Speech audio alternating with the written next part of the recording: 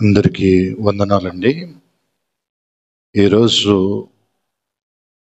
దేవుని యొక్క మాట, క్రీస్తు యేసునకు కలిగిన ఈ మనస్సును మీరు కలిగి ఉండండి. ఫిలిప్పీలకు రాసిన పత్రిక 2వ అధ్యాయము 5 నుండి 8వ వచనం వరకు మీరు చూసినట్లయితే, క్రీస్తు యేసునకు కలిగిన ఈ మనస్సును మీరు కలిగి ఉండండి అని వాక్యం సెలవిస్తుంది. ఏంటి మనము కలిగి ఉండాల్సిన మనస్సు ఏంటయ్యా అనంటే, వాక్యములో మనం ఒకసారి చూసినట్లయితే, క్రీస్తు యేసునకు కలిగిన ఈ మనస్సును మీరు కలిగి ఉండండి.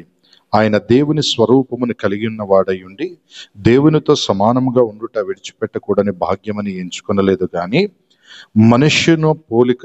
మనుషుల పోలికగా పుట్టి దాసుని స్వరూపమును ధరించుకొని తనకు తానే రిక్తునిగా చేసుకొనెను. మరియు ఆయన ఆకారమందు మనుషుడిగా కనబడిన మరణం పొందునంతగా, అనగా శిలువ మరణం పొందునంతగా విధేయత చూపిన వాడై తనకు తాను తగ్గించుకొనెను.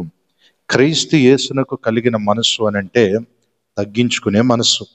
ఈ మనస్సు చాలా మంది సేవకులలో కానీ విశ్వాసులలో కానీ లేదు. ఎందుకు ఈ మనస్సు లేదు అని చెప్పేసి అంటే, వారిలో ప్రభువు క్రియ చేయలేకపోవటానికి కారణం ఏంటంటే, వాళ్ళకు తగ్గించుకునే మనస్తత్వము లేదు. వాక్యం సెలవిస్తుంది, ఎంత తగ్గించుకునే మనస్తత్వం కలిగి ఉంటే అంతగా మనము క్రీస్తు యేసు మనసును కలిగి ఉన్నట్లే. రెండవదిగా చూడండి, పరిచర్య చేసే మనస్సు. అర్థమవుతుందండి అందరికీ? పరిచర్య చేసే మనస్సు ఏంటి? పరిచర్య చేసే మనస్సు అని చెప్పేసి అంటే, చూడండి, 1 తిమోతికి రాసిన పత్రిక 3వ అధ్యాయం 11వ వచనములో చూసినట్లయితే, మరియు 1 తిమోతి 3వ అధ్యాయము 8 నుంచి 13 వచనాల వరకు చూసినట్లయితే, పరిచర్య చేసే స్త్రీలైనను పరిచర్య చేసే పురుషులైనను ఎలాగుండాలంటే, క్రీస్తు యేసు కలిగిన మనసును కలిగి ఉన్నప్పుడు వాళ్ళు ఎలా చేయగలుగుతారు? మాన్యులై ఉంటారు.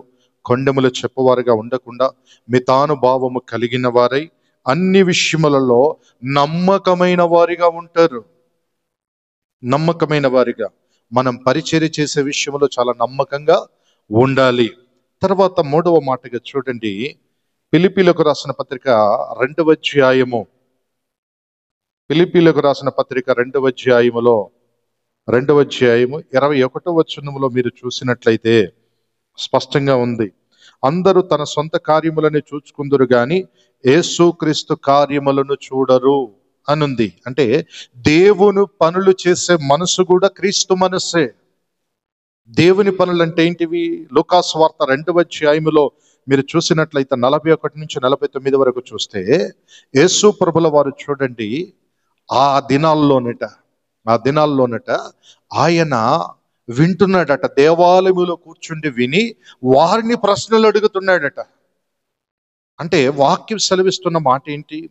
దేవుని పనులు అంటే ఫస్ట్ వినాలి, తర్వాత దేవుని పని మనం ఎలాగూ చేయాలో నేర్చుకోవాలి. ఫస్ట్ వినటం నేర్చుకోండి, తద్వారా మనము ఆ ప్రశ్నలు, చూడండి, యేసు ప్రభుల వారు విన్నారు, తర్వాత వారిని ప్రశ్నలు అడుగుచున్నాడట. ఈరోజు వాక్యము ఇంత సూటిగా మాట్లాడడానికి కారణం ఏంటంటే, మనం వినలేకపోతున్నాము. క్రీస్తు యొక్క పనులు మనం చేయలేకపోతున్నాం. ఎందుకంటే దేవుడి చేసే దేవుని పనులను మనము ఎలాగూ చేయాలంటే, క్రీస్తు యేసును కలిగి ఉన్న ఆ మనస్తత్వంతో మనం చేయగలిగితేనే ఆ పని సార్థకం అవుతుంది. లేకపోతే ఎప్పటికీ కాదు. గనక కీర్తన గ్రంథం 69వ అధ్యాయం 9వ వచనములో కీర్తనకారుడు అంటాడు, నీ ఇంటిని గురించిన ఆసక్తి నన్ను భక్షించుచున్నది అని అంటున్నాడు. కనుక మనం ఏం చేయాలా?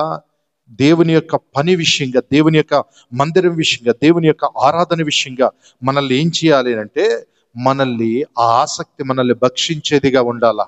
ఎంత మనల్ని భక్షిస్తుందో అంతగా మనం లోబడుతున్నట్టు లెక్క. దేవునితో మనము కలిసి పనిచేస్తున్నామని అర్థం. దేవుని కొరకు మనం పనిచేస్తున్నామని అర్థం. దేవుని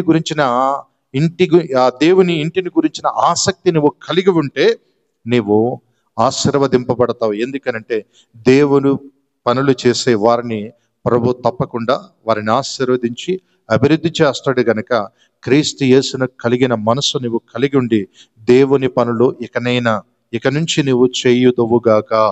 ఆమెన్.